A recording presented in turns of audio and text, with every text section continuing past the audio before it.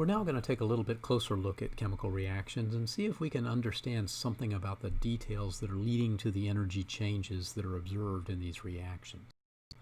So our learning goals are going to be to look at the role of bond energies and how they determine what the enthalpy of a chemical reaction might be. Now, let me remind you that a bond energy is really just the bond strength. It's the energy needed to break a bond.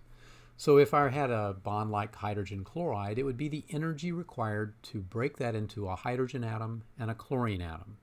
Now I want to be clear that this is how we're defining this dissociation energy. It has to break into the neutral atoms. It cannot be a case where we're going to break this and form a hydrogen ion and a chloride ion. That's a different energy because the electrons stay on different species at the end of the mix. In fact, the hydrogen doesn't have any electrons when that happens that way. So when we talk about bond strengths, we're talking about, this is called a homolytic cleavage, which means that one electron in the covalent bond is going to each of the two atoms that share those pair of electrons. So the bond energy tables that we've used in the past are all listing average values. And, does that mean that they vary by 5 kilojoules per mole or something? Or is it something even more? Well, let's consider the carbon-hydrogen bond, which is listed as 413 kilojoules per mole.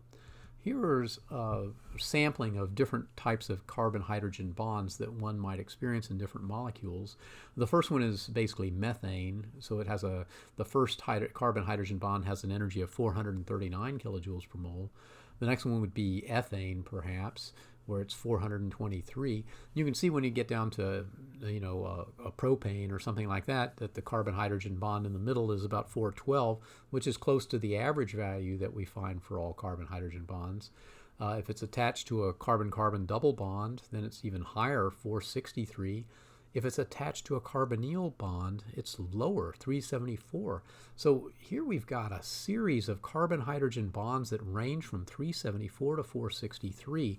So they're really not that close at all. So we've got to be careful with these average values because a table of average values is not necessarily going to be accurate for every particular instance in which we may want to use them. Now let's think about the mechanics of a reaction. I think it's not unreasonable to generalize to say most reactions involve breaking some existing bonds and forming new ones. Not all reactions do that, but most of the ones that we consider. So when we're breaking bonds, we have to add energy to break the bond. It doesn't just happen spontaneously. We've got to put energy in, pull the atoms apart, and that breaks the bond. When we make bonds, that's when energy is actually released to the surroundings. And you may recall a picture of the potential energy diagram when we bring two atoms together to form a covalent bond that goes down in energy, and at the end of forming the bond, the atoms are down at the bottom of this potential well. It would require adding energy to get them out again. So they went from a neutral energy, an energy of 0, down to a very negative energy, so they had to have given up energy somehow to its surroundings. Now let's consider, just as an example of recognizing which bonds are being made and which ones are being broken, let's consider the case of two amino acids forming a peptide bond.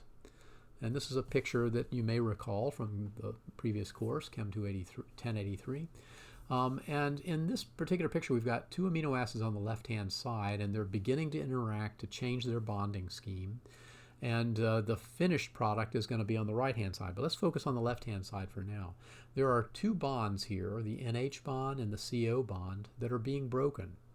And you can see them in the process of being broken as this is drawn. There are two other bonds between that same nitrogen and the carbon and between the oxygen and the hydrogen that are being made. So in essence, what's happening in this peptide bond formation is we're breaking two bonds and we're making two new bonds. And depending on the relative strengths of those, we could end up with a variety of different sorts of bond energies coming out of this particular setup. But let's analyze this a little bit further. When we want to estimate reaction enthalpies using bond strengths, there's a simple rule of thumb. If the bonds that we're breaking are stronger, that means we had to add more energy than the energy that was released when the new bonds were made. So in that case, when the broken bonds are stronger, we have an endothermic process. We had to add energy to get it to happen. If, on the other hand, the new bonds that we're making are stronger, then more energy was released than the amount that we had to add, so then we have an exothermic reaction. So let's see an example of this. So let's consider the combustion of methane. Now we know that this is what we use to heat our house and to cook our food, so this better be an exothermic reaction. Okay, I'll just say that up front.